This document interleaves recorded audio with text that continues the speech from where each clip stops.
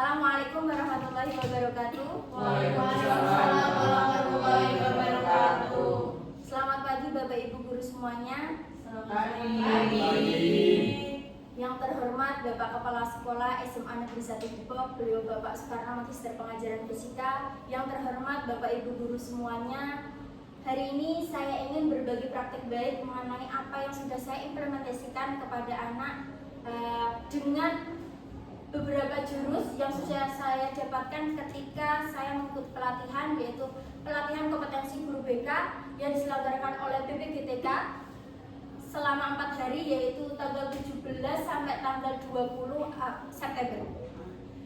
Nah, saya di sana mendapatkan 7 jurus Bapak Ibu, 7 jurus BK hebat. Yang pertama adalah kenali potensi, yang kedua adalah kelola emosi, yang ketiga tumbuhkan resiliensi, yang keempat jaga konsistensi, yang kelima jalin koneksi, yang keenam bangun kolaborasi, dan yang ketujuh menata situasi. Nah, di mana jurus ini Bapak Ibu kita disuruh untuk pengibasan kepada siswa kita dengan menggunakan 2 jurus. Nah, yang saya gunakan untuk pengibasan kepada anak-anak atau murid itu mengenai 2 jurus, yaitu kelola emosi dan kenali potensi.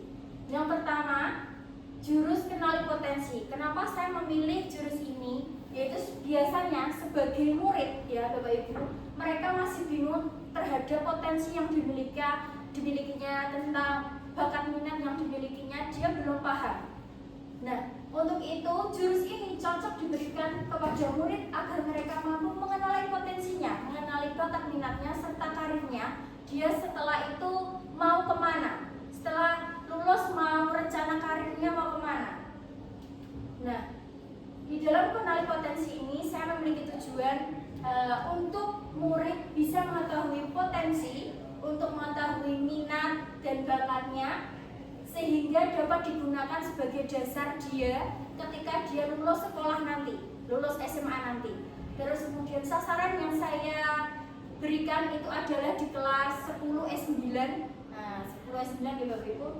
Dan saya melaksanakannya pada tanggal hari Rabu tanggal 24 September 2025. Nah, sarana dan prasarana yang saya gunakan di situ ada ruang kelas, proyektor, laptop, ada HP, bahkan ada kertas juga. Metode yang saya gunakan di sini adalah metode ARKA. Kemudian instrumen yang saya gunakan yang pertama pakai link Aku Pintar, di mana ini adalah sebagai instrumen asesmen bakat minat, tapi saya mengambilnya adalah minat karir. Yang kedua, saya menampilkan sebuah video inspirasi untuk anak-anak agar dia bisa terinspirasi mengenai minat bakatnya, mengenai karirnya dalam jangka pendek maupun jangka panjangnya. Terus kemudian yang ketiga, saya memberikan mind mapping. Mereka tak minta untuk membuat sebuah mind mapping peta karir, rencana karir. Nah, di sini angkanya Bapak Ibu, A adalah aktivitas. Saya meminta anak-anak untuk mengerjakan tes bakat minat atau minat karir itu tadi. Kemudian refleksinya mengulas hasil tadi, hasil dari mereka tes. Nah, kan langsung muncul Bapak Ibu hasil tesnya. Terus kemudian kita kaitkan antara potensi dia dan hasilnya tadi bagaimana. Apakah cocok atau tidak? Apakah sinkron dengan minat karirnya atau tidak? Kemudian K adalah konseptual. Setelah mereka mengetahui minat bakatnya, setelah dia mengulas yang namanya tadi hasilnya, nah, kita minta dia untuk membuat perencanaan karir. Konsepnya membuat perencanaan karir, di mana saya minta untuk anak-anak membuat peta konsep atau peta pemikiran dengan mind mapping tentang rencana karirnya ke depan setelah lulus SMA. Jangka pendeknya dia untuk pemilihan karir di depan, misalnya pemilihan mapel pilihan di kelas 11. Tapi jangka panjangnya adalah setelah dia lulus SMA. Kemudian A yang terakhir itu adalah aplikasi atau implementasi, sehingga ketika murid sudah bisa yang namanya membuat mind mapping, otomatis dia paling tidak sudah bisa mengaplikasikannya ke kehidupan nyata setelah lulus maupun nanti ketika menginjak ke kelas 11. Nah, ini Bapak Ibu hasil dari minat karir. Nah, nanti ada 3 rekomendasi, ada yang muncul 3 rekomendasi, ada yang sosial, ada yang wirausaha, atau yang pekerjaan yang menuntut kerapihan. Misal yang sosial juga direkomendasikan dia cocoknya bekerja di bagian mana, kewirausahaan dia cocoknya sebagai apa gitu. Nah, seperti ini Bapak Ibu, ini hasil dari anak-anak kita, rencana karir mereka setelah lulus bagaimana, cita-citanya apa, terus kemudian apa yang faktor yang bisa menghambat cita-citanya, faktor yang mendukung juga. Nah, ternyata anak-anak kita luar biasa dengan cita-cita dan rencananya. Hasil yang saya dapatkan dari kelola potensi ini, kenali potensi ini, yang pertama, murid bisa memahami siapa dirinya tentang kelebihan, kekurangannya, bakat dan minatnya. Kemudian yang kedua, siswa dapat menyebutkan potensi yang dimilikinya baik akademik maupun non-akademik. Yang ketiga, murid mulai termotivasi. Nah, termotivasi dia untuk mengembangkan potensinya. Mulai berpikir tentang tujuannya, tujuan jangka pendek maupun jangka panjangnya tadi. Terus kemudian murid mulai menyusun rencana karir. Nah, rencana karirnya tadi bisa dituangkan lewat peta karir tadi. Yang kelima, yaitu murid siap mengambil keputusan peminatan karir setelah dia mengenali potensinya. Murid lebih percaya diri, terus lebih rasional dalam memilih jurusan atau mapel pilihan nanti ketika kelas 11, terus kemana dia program studi yang akan dia ambil ketika dia lulus SMA. Nah, gitu ya. Nah, ini bentuk dari ketika anak menyampaikan presentasi mengenai rencana karirnya. Yang atas ini adalah ketika anak mengerjakan tadi tes rencana karir. Selanjutnya Bapak Ibu, kita langsung ke jurus yang kedua. Implementasi yang kedua adalah jurus kelola emosi, di mana emosi merupakan bagian penting dalam kehidupan manusia, termasuk murid kita. Dalam proses belajar, seringkali murid kita itu merasa cemas, bingung, gelisah ketika dalam proses pembelajaran. Dan itu dapat mempengaruhi konsentrasi dan prestasi belajar mereka Bapak Ibu. Oleh karena itu, saya memberikan kelola emosi ini untuk kemampuan siswa agar dapat mengelola emosinya, biar mereka terampil dalam mengelola emosi. Nah, tujuannya Bapak Ibu, yang pertama agar murid dapat mengenali dulu macam-macam emosi itu seperti apa. Nah, emosi itu ada banyak Bapak Ibu, ada yang emosi negatif, ada emosi yang positif tentunya. Terus kemudian yang kedua, murid mampu mengetahui cara pengendalian emosi atau self management.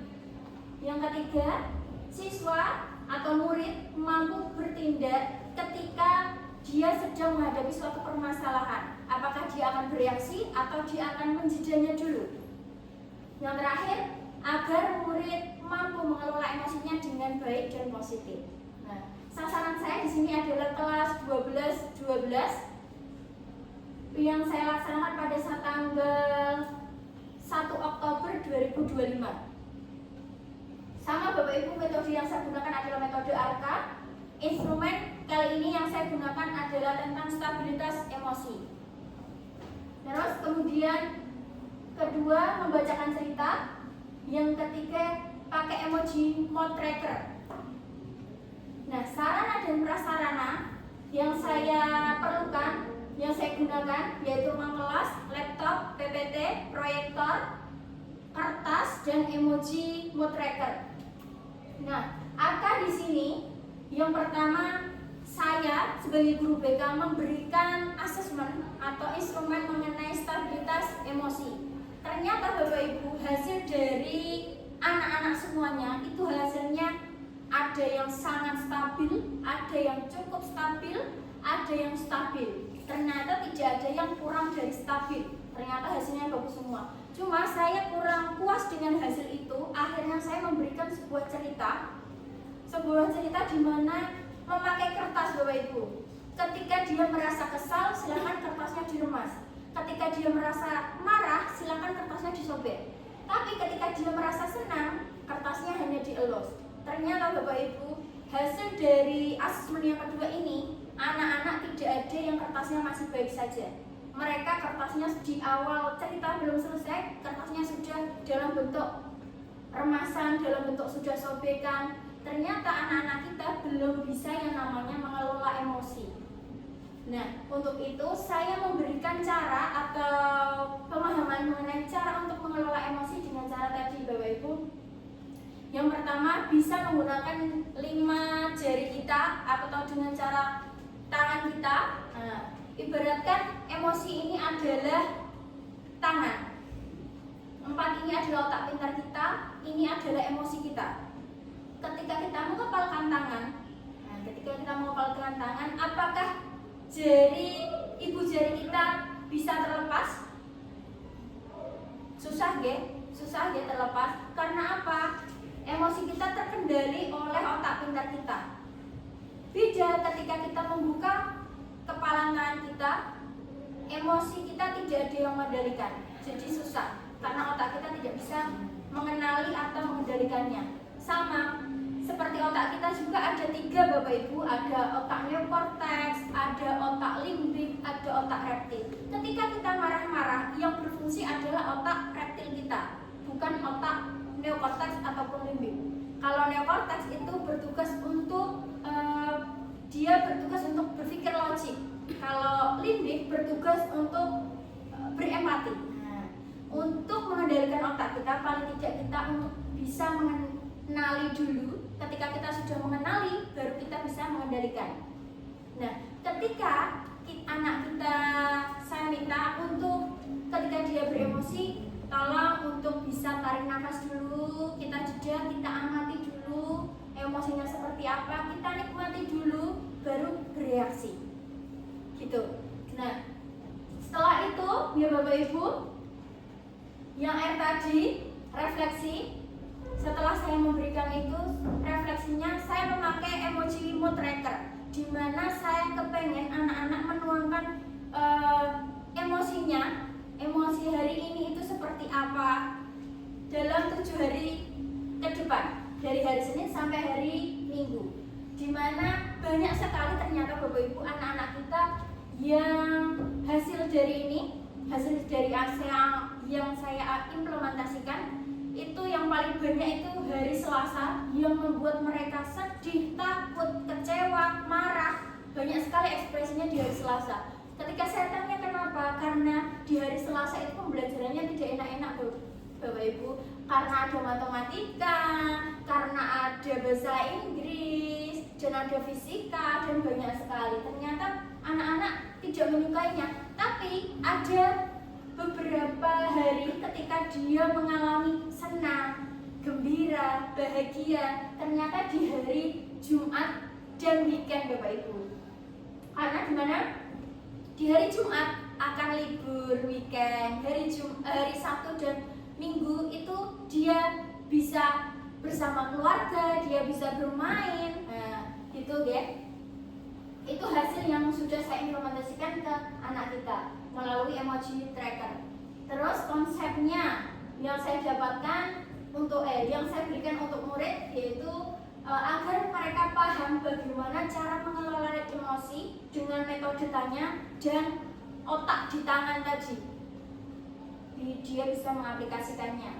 Terus implementasi atau aplikasi yang akan mereka lakukan yaitu murid mengenali emosi dan memberikan jeda dulu sebelum dia bereaksi. Nah, sebelum dia tahu cara mengelola emosi tadi, ketika dia emosi, pasti dia akan bereaksi. Langsung jeder gitu kan. Tapi ketika dia sudah bisa mengelola emosi itu tadi, ketika dia dihadapkan sebuah peristiwa dan itu menunjukkan dia emosi, dia pasti akan menjeda dulu. Dengan cara apa? Tadi tarik nafas dalam-dalam,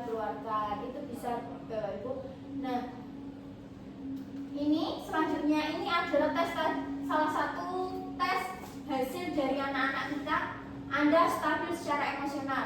Nah, masih ada banyak lagi, ada yang cukup stabil, ada yang sangat stabil. Nah, tapi tadi saya bilang ini karena sifatnya asesmennya gratis, mungkin menurut saya kurang, kevalidannya masih kurang, karena terkadang anak kita itu mengerjakan yang namanya asesmen itu pasti yang bagus-bagus, tidak sesuai dengan kondisinya.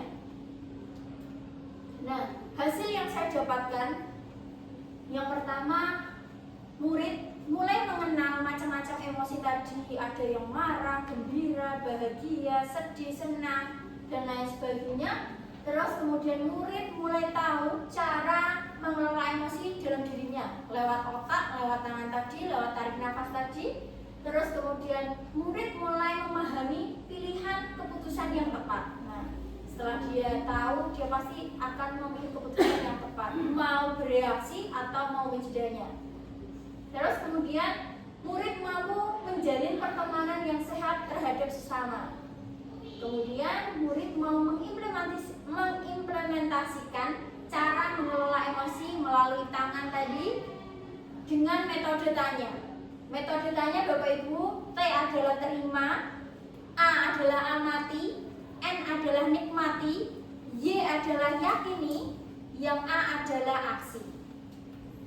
Nah, ini Bapak Ibu, ini adalah mereka ketika emoji mood trackernya, ketika menempelkan sebuah mood di hari Senin sampai hari Minggu. Bisa kita lihat. Nah, ini Bapak Ibu dari keduanya tadi, dari implementasikan yang saya berikan ke anak-anak tadi, pastinya ada hambatan yang saya rasakan. Yang pertama, keterbatasan waktu Bapak Ibu, karena jam kita itu hanya 45 menit.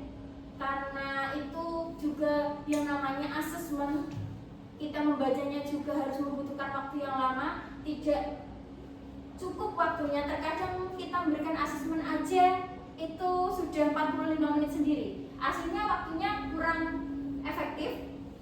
Terus kemudian koneksi internet Bapak Ibu, terkadang koneksi internet ketika anak sudah mengerjakan di tengah, loadingnya sangat lama sehingga aplikasinya kembali lagi. Terus kemudian kesulitan yang saya alami ketika menginterpretasikan hasilnya tadi, antara kevalidannya itu bagaimana, saya masih bingung Bapak Ibu. Yang keempat, tingkat kevalidasian instrumen tadi juga. Nah, solusinya bagaimana?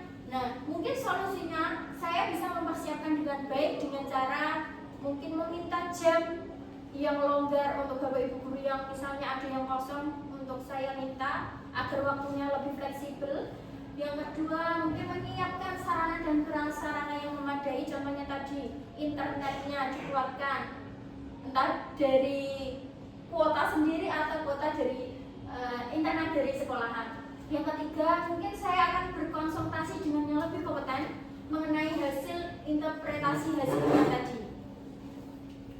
Oke, terima kasih Bapak Ibu. Itu tadi adalah hasil dari implementasi saya terhadap siswa kita, ya, dengan 2 jurus, yaitu kelola emosi dan kenali potensi. Matur nuwun Bapak Ibu, apakah ada yang mau menanggapi mungkin? Oke, Bu Her, monggo. Menurut saya kedua ini memang sangat penting untuk kita kasih nanti siswa, kenali potensi itu bisa untuk merancang masa depan. Kemudian kalau yang kelola emosi ini juga sangat penting sekali, apalagi yang dihadapi ini anak-anak SMA, terutama emosi cinta. Emosi cinta ini dia harus bisa mengelola emosi dengan baik, jangan sampai nanti dia terpengaruh atau terjerumus ke dalam pergaulan bebas dan melakukan hubungan pernikahan. Ini banyak sekali. Jadi perlu kalau misalkan kita di dalam kelas tadi menekankan banget untuk bagaimana cara mengelola emosi baik. Terima kasih. Ya, terima kasih Bu Har. Ada lagi yang ingin menanggapi? Jika tidak ada, ini saya cukupkan ya Bapak Ibu. Terima kasih atas partisipasinya. Saya akhiri, wabillahi taufiq wal hidayah. Wassalamualaikum warahmatullahi wabarakatuh. Waalaikumsalam.